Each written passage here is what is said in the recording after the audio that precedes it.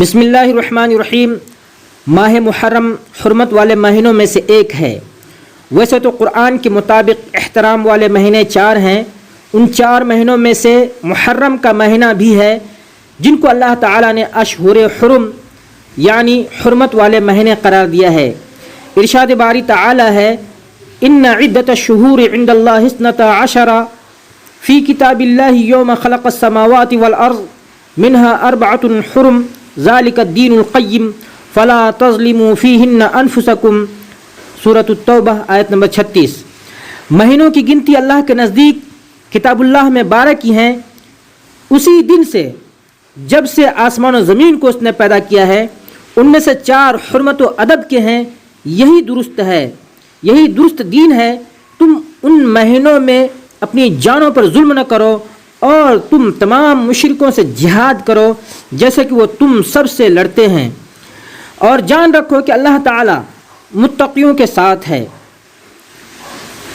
ان 4 مہینوں یعنی ذی قعدہ، ذی الحجہ، محرم اور رجب کو دیگر مہینوں پر فضیلت دی ہے۔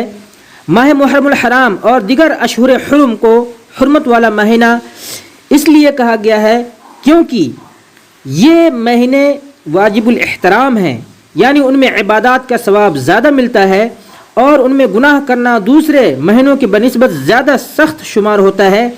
خصوصاً ان مہینوں میں بھی محرم کے مہینے کو اشہر اللہ یعنی اللہ کا مہینہ کہا گیا ہے، جس سے مزید اس مہینے کا افضل اور واجب الاحترام ہونا معلوم ہوتا ہے۔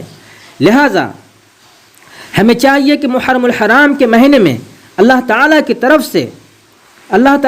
زیادہ سے زیادہ رجوع کریں، دعاؤں کا اہتمام کریں، اللہ سے لو لگائیں، خوب عبادات کریں اور معاصی اور گناہوں کے کاموں سے دور رہیں، بدعت و خرافات اور ظلم و زیادتی اور آپسی رسہ کشی اور جھگڑوں سے بچیں اور پڑوسیوں کے ساتھ اچھا برتاؤ کریں تاکہ محرم جو اللہ کا مہینہ ہے اس کا احترام ملحوظ رہے۔